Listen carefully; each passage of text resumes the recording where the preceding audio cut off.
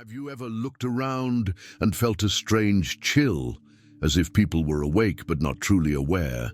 As if conversations were happening, words were being spoken, opinions were being shouted, yet no one was really thinking.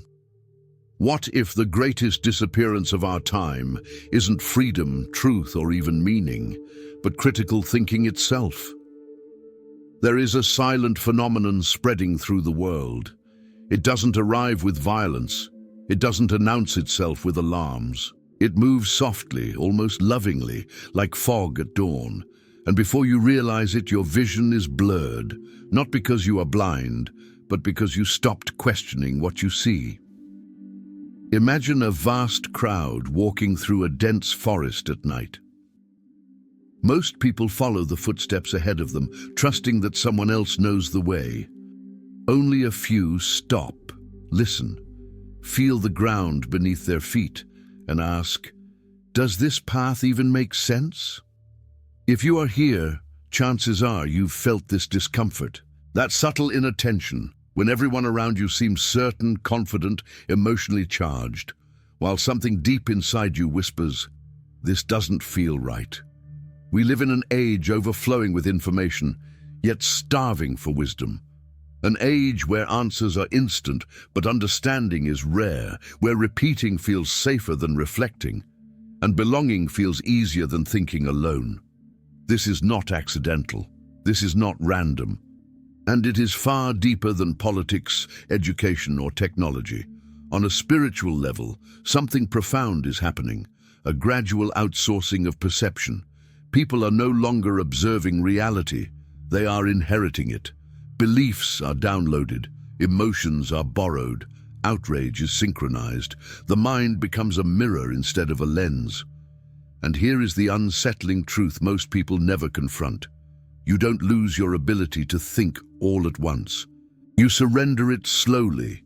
Every time you choose comfort over curiosity, certainty over doubt, noise over silence. This video is not here to accuse, it is here to remember. Because once upon a time, thinking was sacred, questioning was a spiritual act, awareness was power, and those who could see beyond the surface were considered dangerous, not stupid. What you are about to uncover is not just why critical thinking is disappearing, but how an entire collective consciousness can drift into a kind of waking sleep, while believing it is more awake than ever. And the most disturbing part is this. Most people will never notice it happening until they realize they no longer recognize their own thoughts. At some point, it begins quietly. You wake up from a dream that feels too real to dismiss. Not symbolic in an obvious way, not dramatic, just heavy, lingering, as if it left a residue inside your chest. You try to shake it off, tell yourself it was nothing, yet hours later the feeling is still there, watching from the background of your thoughts. Or maybe it happens during the day, a sudden pressure in your chest when you walk into a certain room, a strange fatigue after a conversation that should have been harmless, a subtle headache when scrolling through endless streams of opinions, headlines, outrage, certainty. You can't explain it logically, and that's exactly why you doubt it. We were taught that what cannot be measured should be ignored, that intuition is unreliable, that the body is just biology, that dreams are just noise. And yet, your inner world keeps sending signals anyway. Many people experience this quiet confusion, but never speak about it. They assume something is wrong with them, that they are overthinking, too sensitive, or imagining things. So they do what the world gently trains them to do. They disconnect from themselves. They numb the signals. They distract the discomfort. They adopt ready-made explanations instead of listening deeper. But here is the uncomfortable pattern few dare to notice. These sensations often intensify when your mind is surrounded by collective certainty, when everyone seems to agree, repeat, and defend the same ideas with emotional intensity, but without reflection. You feel it when conversations turn aggressive instead of curious, when questions are treated as threats, when complexity is rejected in favor of slogans, Your body reacts before your intellect does. A tightening, a restlessness, a subtle inner resistance. This is not weakness, it is perception. Long before the mind understands that something is off, the nervous system detects incoherence. Long before words fail, the body registers distortion. Long before logic breaks down, intuition raises its hand, quietly, and dreams. Dreams often become the last safe place for the mind to speak freely. When external noise finally fades, the subconscious begins processing what you were never given time to question while awake. Faces blur, symbols repeat, scenarios feel familiar yet unresolved, not predictions, messages. The tragedy is not that people stop thinking critically. The tragedy is that they stop trusting their own perception. They trade inner knowing for external approval. They replace observation with repetition. They confuse confidence with truth. And slowly, without any dramatic collapse, a strange numbness spreads. People feel informed but disconnected, certain but hollow, surrounded by voices, yet internally silent. You may have noticed it in yourself, that moment when you almost questioned something, but didn't. When you felt a signal, but ignored it. When it felt safer to agree than to pause and reflect. This is where the real mystery lives. Not in society, not in institutions, not in systems, but inside the subtle space where awareness either awakens or falls asleep again. So here is the question that lingers beneath everything you've felt, dreamed, and sensed. What if these signals were never random? And what if ignoring them is exactly how the mind slowly forgets how to see? There is a first great spiritual signal that appears long before critical thinking collapses completely, and almost no one recognizes it for what it truly is. It is not ignorance. It is not lack of intelligence. It is not even manipulation in the obvious sense. It is the moment when perception is quietly outsourced. Ancient teachings spoke of this without using modern language. They warned that the most effective way to control a mind was never through force, but through substitution. You don't silence awareness, you replace it. You give the mind something easier to hold than truth, something louder than intuition, something that feels complete so questioning becomes unnecessary. In simple terms, when people stop observing reality directly and begin relying on collective interpretations, the inner eye slowly closes. This is the first hidden sign. You can see it everywhere once you know what to look for. A person no longer says, "I noticed," or "I reflected," or "I sensed." They say, "Everyone knows," "It's obvious," "Experts say," "People agree." Authority replaces awareness. In ancient spiritual traditions, this was considered dangerous, not because authority is always wrong, but because truth that is not personally realized becomes psychological weight. It sits in the mind without roots, and anything without roots can be moved, reshaped, or weaponized. There is an old metaphor used by early contemplative schools. They said the mind was like a well. When it draws water from its own depth, it nourishes life. But when it only receives water poured in from the outside, it forgets how to reach its own source. Modern life has perfected this disconnection. Information arrives faster than reflection can form. Opinions arrive pre-packaged with emotions attached. You are not invited to think, you are invited to react. And reaction feels powerful, it feels alive, it feels like participation. But spiritually, reaction is a trance. The body reveals this long before the intellect does. You feel mental fatigue without doing meaningful mental work. You feel certainty without clarity. You feel emotionally charged, but internally hollow. Ancient teachings describe this as borrowed sight, seeing through lenses crafted by others, believing you are awake because your eyes are open, while your perception is no longer your own. This is why people can be highly educated and deeply disconnected at the same time. Knowledge accumulates, but wisdom evaporates. The mind becomes crowded, yet strangely empty. Here is the part that feels almost forbidden to say out loud. The system does not need people to be stupid. It only needs them to be certain without understanding. Once that happens, thinking becomes unnecessary. Questioning feels threatening. Silence feels uncomfortable. And anyone who pauses instead of reacts begins to feel out of place. If you've ever felt that subtle alienation, that quiet sense that slowing down, questioning, or observing deeply makes you feel separated from the crowd, that is not arrogance. That is awareness, waking up inside an environment designed to keep it asleep. This is why the first spiritual practice was never meditation, prayer, or ritual. It was attention, to notice when your thoughts no longer feel like they originate from observation, but from repetition. To sense when your certainty arrives faster than your understanding. To recognize the moment when your inner voice grows quieter than the external chorus. This is not about rejecting the world, it is about reclaiming perception. And here, quietly, without pressure, if this kind of reflection resonates with you, if you feel this recognition stirring something inside, you may want to support this space by liking the video and joining this channel. Not as a platform, but as a small circle of people willing to see for themselves rather than inherit conclusions. Because what comes next goes even deeper. Once perception is outsourced, something else begins to happen. Something far more subtle, far more powerful, and almost no one realizes when it starts, until it has already reshaped the way they experience reality itself. There was a moment in my life when everything looked fine on the surface.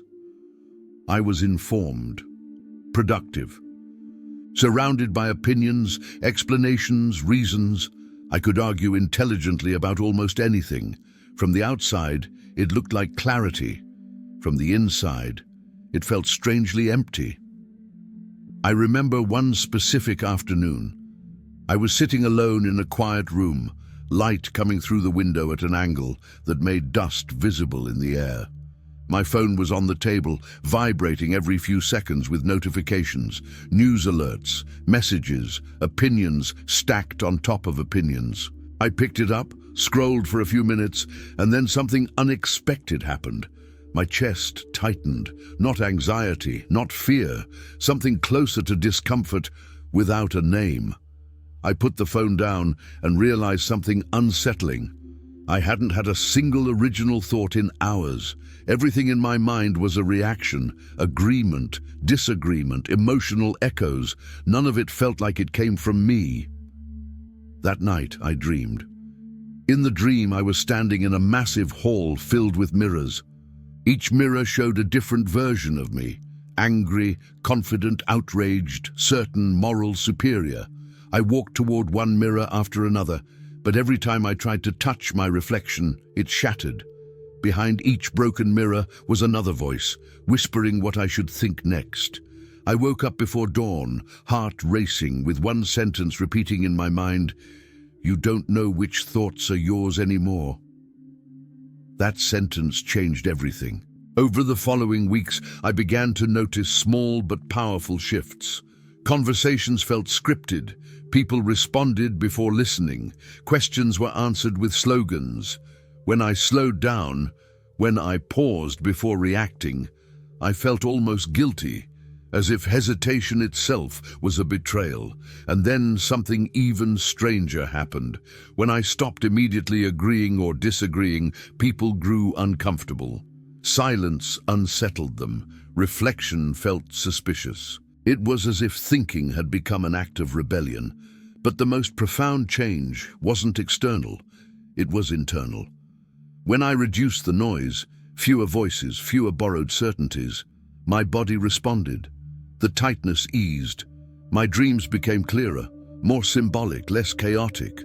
I started sensing when a thought arrived with weight, versus when it arrived already packaged with emotion and urgency. I realized something ancient teachings had hinted at all along.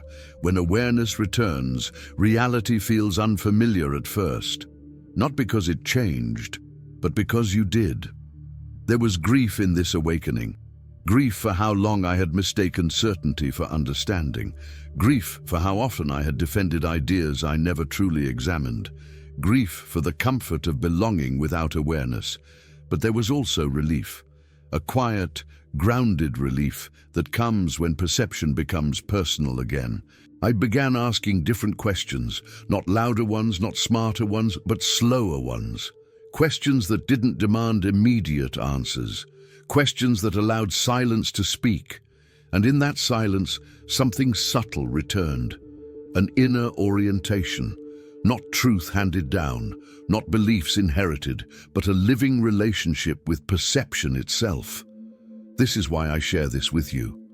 Because stories like this are not unique. They repeat quietly in countless lives. People feel it during moments of burnout, strange dreams, unexplained fatigue, sudden emotional detachment from conversations they once enjoyed. Signals that something deeper is asking to be reclaimed. If you've experienced moments like this, a dream that stayed with you, a physical sensation that appeared without reason, a sudden inner pause that made the world feel artificial, I invite you to share it in the comments.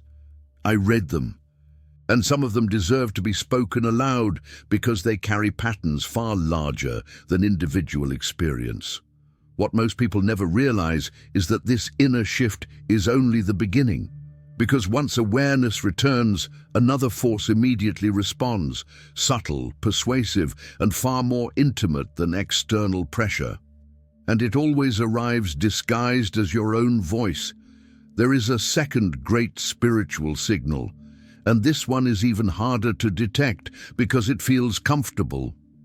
It appears not as confusion, but as clarity. Not as doubt, but as confidence. Not as pressure, but as relief. This signal emerges when a thought arrives already complete. No tension, no inquiry, no need to explore further. It feels settled the moment it appears. Ancient teachings warned about this state using a simple but unsettling idea. False certainty is more dangerous than ignorance because ignorance still seeks. When awareness begins to return, the mind often reacts defensively. It senses instability. Questioning feels unfamiliar, so it reaches for something solid, a conclusion, an identity, a belief, and holds onto it tightly. Spiritually, this is known as premature closure. You feel it when a complex situation suddenly feels obvious, when nuance disappears, when opposing perspectives feel not just wrong, but absurd or threatening. The signal is subtle, but precise. The speed of your certainty becomes faster than your perception. This is the moment many people mistake awakening for wisdom. They say, "Now I see clearly." But clarity without depth is just another trance. Here is how you recognize this signal in daily life. You stop asking genuine questions and start defending positions. Silence becomes uncomfortable again, but this time it's filled with internal commentary. Your body feels tense during disagreement, even when you remain calm externally. You feel an urge to convince rather than understand. Ancient observers described this as the ego wearing the mask of insight, not because insight is false, but because the mind wants ownership of it. And here is the crucial revelation most people never hear. True awareness feels open, not closed. It expands perception instead of locking it down. It brings humility, not superiority. It creates curiosity, not finality. Now comes the practical key, something you can apply immediately without belief, ritual, or special conditions. A simple technique once used by contemplative traditions to protect perception. The pause of 3 questions. Whenever you feel strong certainty, especially emotional certainty, pause and silently ask, did this understanding come from observation or from repetition? What am I not seeing yet? How does my body feel right now? These questions are not meant to be answered quickly. They are meant to interrupt the trance of conclusion. If the certainty is rooted in awareness, it will survive the pause. If it is borrowed, emotional, or inherited, it will begin to dissolve. And that discomfort you feel is not loss. It is space returning. This practice does not weaken you. It refines you. It does not make you passive, it makes you precise. Anyone can do this. No training required, only honesty. And here is something quietly empowering. When you practice this, external voices lose their grip.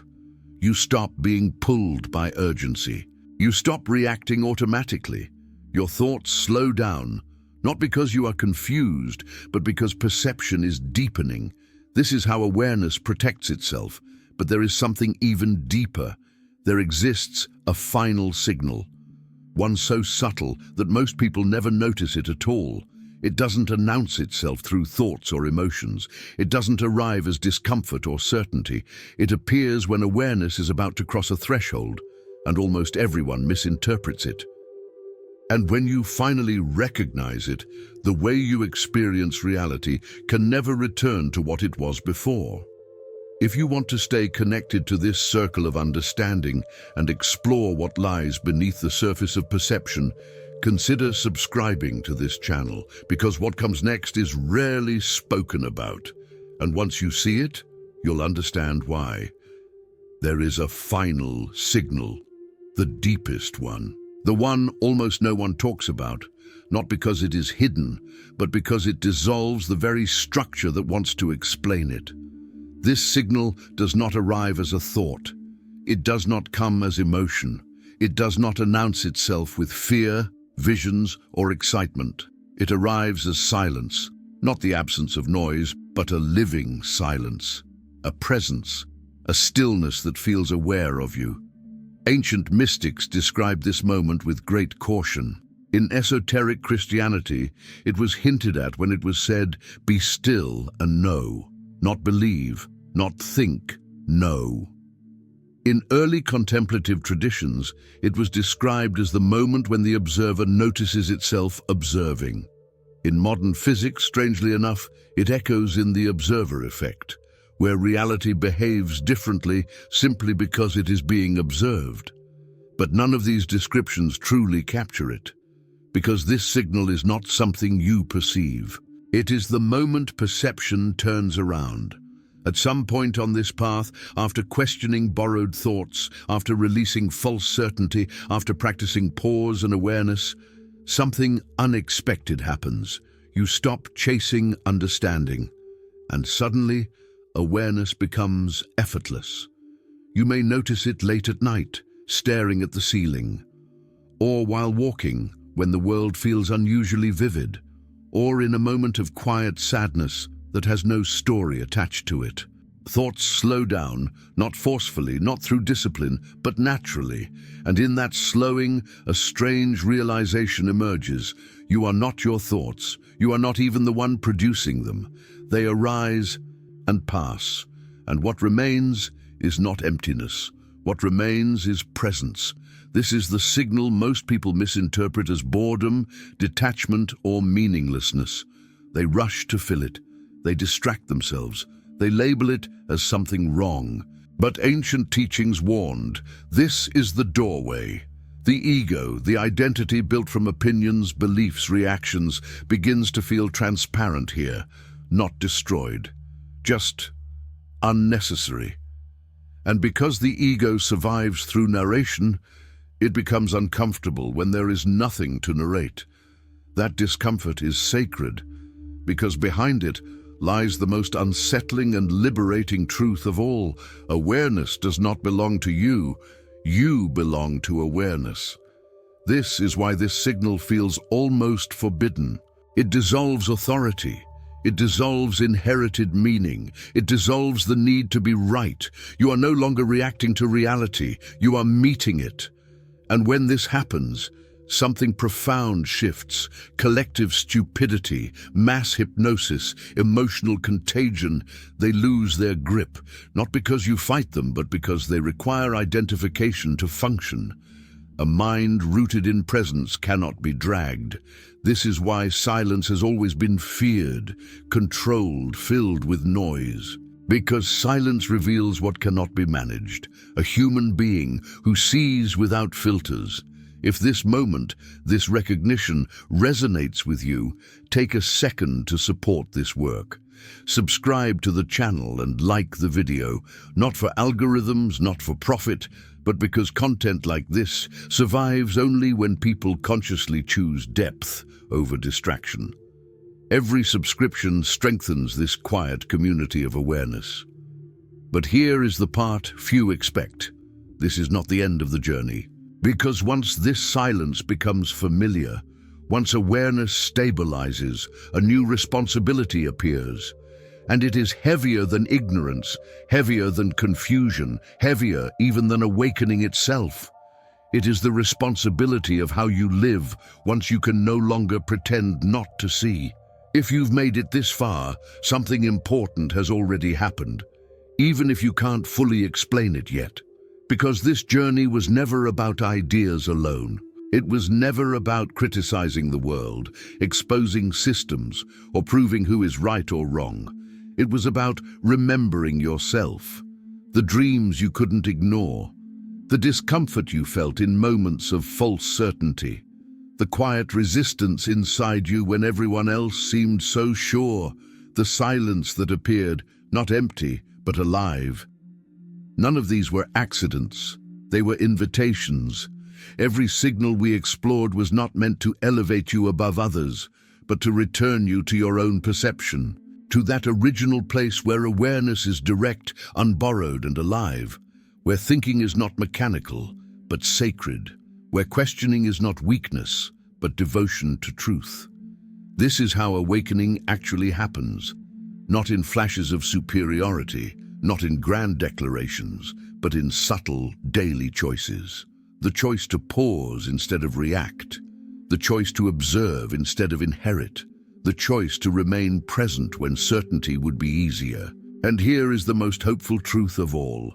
You are not alone in this, even if it feels that way sometimes. Across different cities, cultures, and lives, there are people experiencing the same quiet realization that the world does not need louder opinions, but deeper perception, that the greatest rebellion of our time is not aggression, but clarity, not outrage, but awareness. When even one person chooses to see clearly, something shifts. When many do, something ancient begins to reawaken. This is not about escaping society, it is about inhabiting it consciously, thinking critically without becoming cold, seeing clearly without becoming arrogant, remaining open without becoming naive. That is the balance this path asks of you. And now, the responsibility spoken of earlier becomes clear. Once you recognize these signals, you cannot unsee them. You cannot fully return to borrowed sight. You cannot unknow what silence has shown you. But this is not a burden. It is a calling. A calling to live with intention, to speak when clarity is needed, and to remain silent when noise would distort, to embody awareness rather than perform it. If this video resonated with you, if you felt recognized rather than instructed, I invite you to make yourself visible in this space. Leave a comment with your name and your city. I read them. And in the next videos, I will be offering personal greetings because this is not an audience. It is a meeting point. If this journey gave you even one moment of clarity, take a second to like the video. And if you feel aligned with this work, subscribe to the channel. Not as a routine action, but as a conscious choice to support content that values depth over distraction. Because what we are building here is quiet, but it is real. And as this circle grows, something subtle begins to happen again. Awareness recognizes itself in others, and that recognition changes everything. The only question left is not what you believe, but how you will live now that you can see.